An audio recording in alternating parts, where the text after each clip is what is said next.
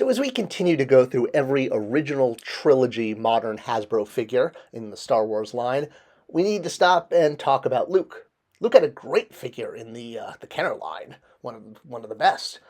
But getting Jedi Luke into the modern line was tough. And kind of the best one we had for a long time was the Return of the Jedi Gold Card Saga version, which got remade as a hologram figure in the next wave. We'll cover that in the next episode. But Luke, as a Jedi Knight or Jedi Master, has had, well, a lot of wonkiness over the years. And for some reason, especially in the early, kind of first 10 or 15 years of the modern line, when this was our best figure, it was kind of frustrating because this figure is way off model. I mean, the cape is black, he's wearing his sail barge outfit, when if you look at it, it's a brown cape. And on the sail barge and what he wears on the Death Star 2 are very different all-black outfits. So, yeah, we had a lot of wonky Jedi Lukes over the years. The deluxe figure with lights that came out with a hump on his back to accompany and a cape. Then we had the one with the bone, and then we had the one with the removable, swappable Death Star 2 chest plate, and the less said about this one with a big action feature and an angry, angry eye face. And it isn't just in 3 3/4 that Jedi Luke has struggled. Honestly, until the last couple of years, almost every Jedi Luke figure we've had, regardless of 3 3/4, 6-inch, 8-inch, there's just been something kind of off. It's like they just have trouble with this version of Luke. I mean, for years, the idea that there was a different version from Death Star 2 versus Jabba's Palace was frustrating. All right, but we finally got this one, and despite the fact that the cloak is the wrong color, I guess it kind of looks black in some light, but no, it is not black. Luke is wearing a brown cloak. All right, so black cloak aside, it's not a bad figure. It's articulated with swivel joints at the elbows. It got re-released a few times, most notably in the original trilogy collection. It kind of became our definitive Luke for a long time, again, even though he had the wrong cloak color. But hey, it sure beats out the cape and giant hump that we got on the deluxe version. So, yeah, it was at least going to satisfy our need for a Jedi Luke until really the vintage collection one came along, which still had wonkiness to it because, yeah, we'll get to that. All right, the next figure in this wave is our next R2-D2. Now, R2 is one of the most popular characters in the entire Star Wars lineup, and finding ways to make him different for different releases is a little bit challenging because he doesn't change that much on the screen. I mean, he's basically a white trash can with a silver top and 2 or 3 legs. Sometimes he gets voice chips added, sometimes he has lights and sounds, but R2 and 3PO, for that matter, can be frustrating to find ways to get variants of them out because they really don't change much, except for, that C-3PO arm thing in Episode 7, but the less said about that, the better. Sure, you can overspray them with some dust, but one of the ways that R2 can be maximized for the toy shelf is all of his different arm and gadget accessories. He's, the Star Wars equivalent of a Swiss Army knife. Kind of always wish they would explain that Anakin is the one who, gave him all of this stuff, that he's different from all other R2s. But regardless, this was a bartender R2-D2, for those of you above drinking age, or, if you remember that scene, Jedi.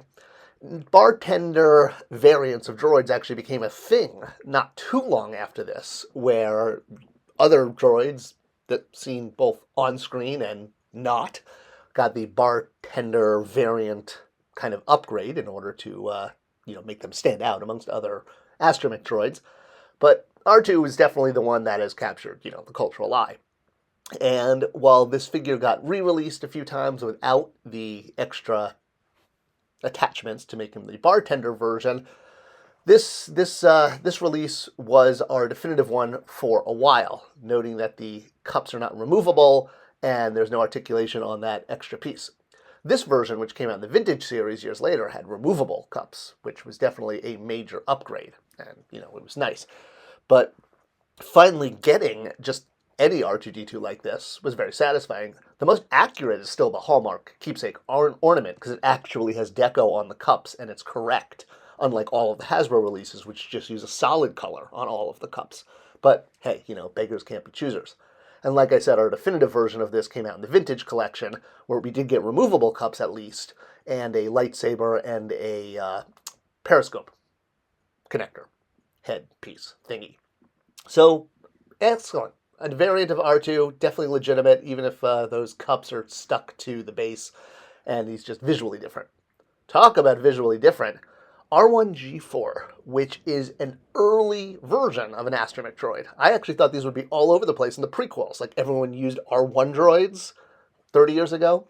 A lot of people think this is the character from Mandalorian, the New Republic sort of sentry droids that gets into a fight in Episode 1 in the prison break. Sort of similar droid, but different. While you can get it in a droid factory set at Disneyland or Disney World, this is not the same character. This one you can notice, for instance, floats. It has hover capabilities. So while we can be very excited to have the Mandalorian version, it is not the R1 droid that, well, this gold card Saga figure represents. No floating, no hovering, and certainly no New Republic symbol. Instead, it's a beat-up old astromech droid. Like I said, these were supposed to be sort of out-of-date, old, defunct astromech droids, which is why I thought we'd see them in the prequels, as like that was their time. This is one of the droids in the Jawa sale, or when they show up at the Lars family, and they have all of the droids out to show their wares. The reason this is so important is because a lot of collectors like to collect that lineup. And they've been very, this one really stands out because it's a lot taller and bulkier, and it doesn't get toys that much. It did get a minifigure in the Star Wars Unleashed 1.5-inch line with some other Jawas doing unspeakable things to R5 there. But yeah, wherever he's released, whenever, the very few times, he's basically a prop. He doesn't move. But this is very similar to, a lot of the other wonkier droids that were actually on the set in Tunisia. I wish we'd get figures of some of these, because a lot of the stuff that was on set is some of the coolest. And the post-production things, like the Cantina aliens or other things that were designed afterwards, are just, to me, not as cool. But this one was there because it was, part of the Jawas trying to sell their wares to the Lars family. Maybe it could have come with like a little, smoke effect or something to give it some kind of action feature. But yeah, as a figure for non-collectors, for kids, it is kind of boring. It's just like a green column with like a laser gun pointing out of it, which I guess, for kids actually might be cool because they could use it as like, a kind of weapon thing. I mean, but for those of us who are collectors, it's a set piece that is important to complete this shot here. And, kind of like the Cantina set, everyone wants all the aliens, people want all the droids that were in the Sandcrawler scene, which makes R1 very important because he stands out. He's the tallest, he's the biggest, he's the most visual. As an action figure, he doesn't do much. He has one point of articulation on his claw there. Otherwise, he's just kind of a lopsided ketchup bottle tube type thing that basically sits on your shelf and completes a scene. Can't imagine we'll ever get this figure redone since it's a full tool, but I am so glad that during the Gold Saga collection we got him to complete that needed Jawa set. And honestly, he's one of my favorite droids. He just stands out amongst everything else. We've gotten so many astromech droids and so many protocol droids. All right, let's take a look here. So we'll start with Luke. Again, wrong colored cloak, but at least I didn't give him the sleeves.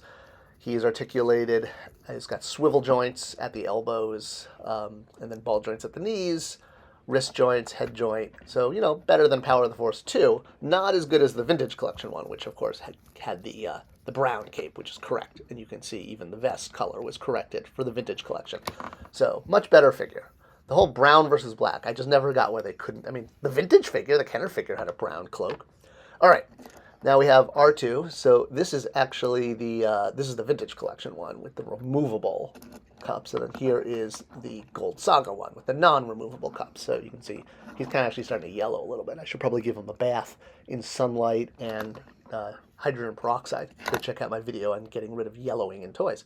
So yeah, the new one, the Vintage Collection one, the glasses are removable, but the original one, not so much. All right. And then here is our R1. The only articulation point is this claw here, which comes in and out, in and out. And yeah, that's it. He's got these two little claws here, in and out. That's it. 1, 2. All right. Otherwise, he's just a non-articulated tube of Star Wars fun. Kind of looks good with Jawas, though. I'll take him.